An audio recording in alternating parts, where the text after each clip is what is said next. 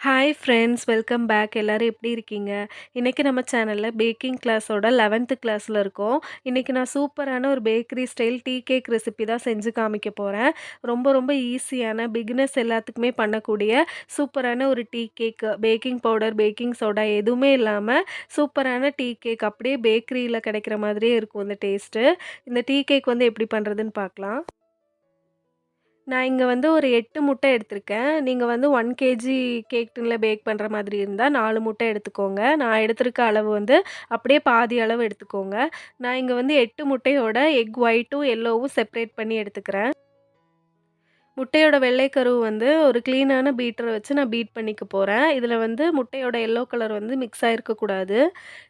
இந்த எக் ஒயிட்ல வந்து தண்ணியோ, இல்ல முட்டையோட மஞ்சள் கருவோ இருந்ததுன்னா சரியா பீட் ஆகாது. இப்ப இதில நான் 1 கப் அளவுக்கு பொடி பண்ண சர்க்கரை எடுத்திருக்கேன். அத சேர்த்து நான் பீட் பண்ணிக்கிறேன். நல்லா ஸ்டிஃப் பிக்ஸா வரணும். நம்ம க்ரீம் பீட் பண்றோம்ல, அந்த அளவுக்கு ஸ்டிஃப் பிக்ஸா வரணும். அதுவரைக்கும் நான் பீட் பண்ணிக்க போறேன்.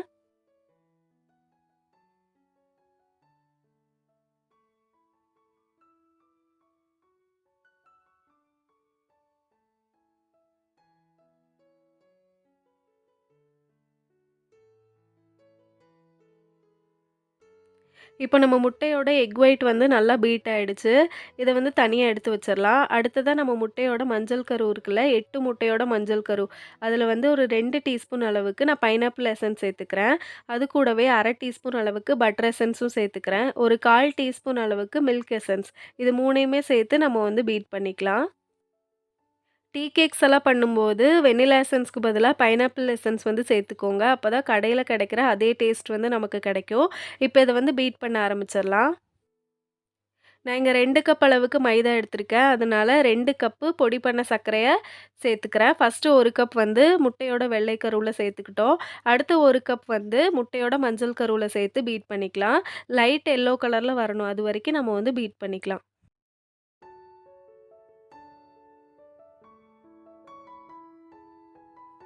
டார்க் எல்லோ கலர் மாறி ஒரு லைட் எல்லோ கலர்ல வரணும். அதுவரைக்கும் பீட் பண்ணிக்கலாம். நான் இங்க 1/2 கப்பு பால் எடுத்திருக்கேன். அதில ஒரு 1/4 கப் அளவுக்கு இப்ப சேர்த்துக்கிறேன். இது கூடவே ஒரு 1/4 கப்பு சன்ஃப்ளவர் ஆயில் சேர்த்து திரும்பவும் நம்ம வந்து 1 நிமிஷத்துக்கு பீட் பண்ணிக்கலாம்.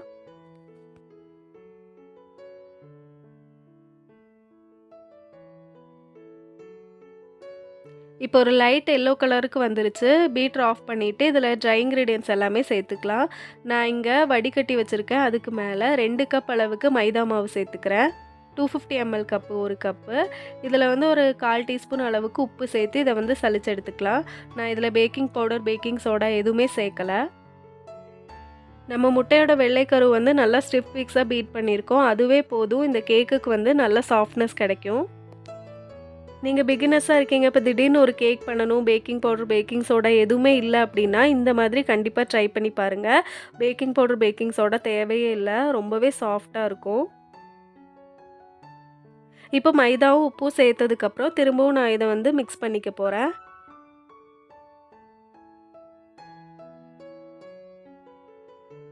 இப்ப இதுல வந்து ஒரு 1/4 கப் அளவுக்கு பால் சேர்த்ததுக்கப்புறம் திரும்பவும் மிக்ஸ் பண்ணிக்கலாம். கட்டி எதுவுமே இல்லாம நல்லா மிக்ஸ் பண்ணதுக்கப்புறம், நம்ம பீட் பண்ணி வச்சிருந்தோம்ல எக் ஒயிட் அத வந்து கொஞ்சம் கொஞ்சமா இதில சேர்த்து மிக்ஸ் பண்ணிக்கலாம். முட்டையில வந்து நெறைய ஏர் பபிள்ஸ் இருக்கும். அது எதுவுமே உடையாம நம்ம வந்து மிக்ஸ் பண்ணிக்கணும். அப்பதான் கேக்குக்கு வந்து நல்ல ஹைட்டும், சாஃப்ட்னஸும் கிடைக்கும். நம்ம ரொம்ப ஓவர் மிக்ஸ் பண்ணிட்டே இருந்தோம்னா, முட்டையில இருக்கிற ஏர் பபிள்ஸ் எல்லாம் உடைஞ்சிரும். அப்புறமா நம்ம கேக் வந்து ரொம்ப ஹார்டான மாதிரி ஆயிடும். அதனால பொறுமையா மிக்ஸ் பண்ணி எடுத்துக்கலாம். எல்லா முட்டையும் நான் கொஞ்சம் கொஞ்சமா சேர்த்து மிக்ஸ் பண்ணிக்கிறேன்.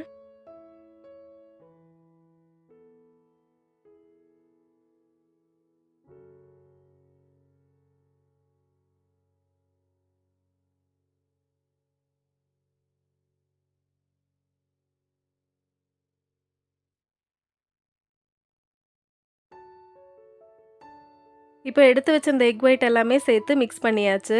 இப்போ பேட்டர் வந்து இந்த மாதிரி திக்கான கன்சிஸ்டன்சில தான் இருக்கணும். லூஸா இருக்கக்கூடாது.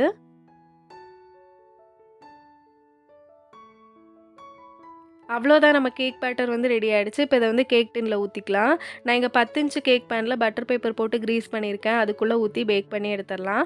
ஒரு பாத்திரத்த 10 நிமிஷம் ப்ரீ ஹீட் பண்ணி வச்சிருக்கேன். 10 இன்ச் கேக் பேனுங்கும்போது பெரிய பாத்திரம் வந்து நமக்கு தேவைப்படும். அதனால பெரிய பாத்திரத்த ஒரு 10 நிமிஷம் ப்ரீ ஹீட் பண்ணி வச்சுக்கோங்க. உள்ள இறக்கி வச்சு ஒரு 3/4 மணி நேரம் வரைக்கும் லோ டூ மீடியம் ஃப்ளேம்ல பேக் பண்ணி எடுத்துக்கோங்க. இப்போ என்னோட கேக் வந்து சூப்பரா பேக் ஆகி வந்திருக்கு. நான் பட்டர் பேப்பர்லாம் ரிமூவ் பண்ணிட்டு, இந்த கேக்கோட சைட்ஸ் எல்லாமே நான் கட் பண்ணிக்கிறேன். அப்பதான் நமக்கு வந்து பேக்கரியில கிடைக்கிற மாரி ஒரு டீ கேக் கிடைக்கும்.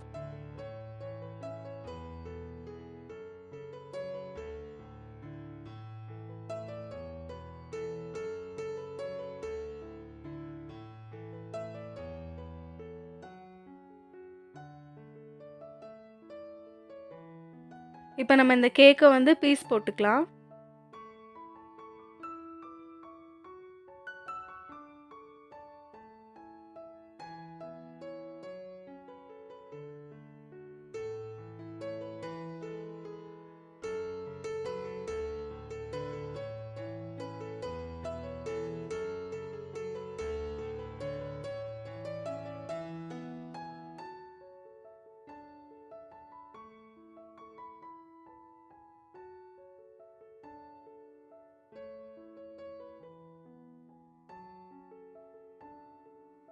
அவ்வளோதான் ஃப்ரெண்ட்ஸ். நம்மளோட சூப்பரான டேஸ்டியான பேக்கரியில கிடைக்கிற அதே டேஸ்ட்ல ஒரு டீ கேக் வந்து ரெடி பண்ணிட்டோம். வெறும் 8 முட்டை வச்சு இவ்ளோ பீஸ் கேக்க வந்து நம்ம ரெடி பண்ணியிருக்கோம்.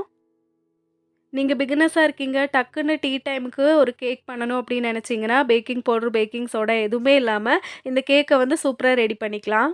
பேக்கரியில இந்த கேக் வாங்க போனோம் அப்படின்னா, கண்டிப்பா ரூ. 10லேருந்து ரூ. 20 வரைக்கும் ஒரு பீஸ் வந்து ரேட் சொல்லுவாங்க. ஆனா, நம்ம வீட்லயே ஈஸியா ஓவன் எதுவுமே இல்லாம ரெடி பண்ணியிருக்கோம். இந்த மாரி தொடர்ந்து வீடியோஸ் பார்க்கணும் அப்படின்னு நெனச்சீங்கன்னா, லைக் பண்ணிட்டு கமெண்ட் பண்ணுங்க. இந்த வீடியோ பிடிச்சிருந்தா சப்ஸ்கிரைப் பண்ணிக்கோங்க. Thank you.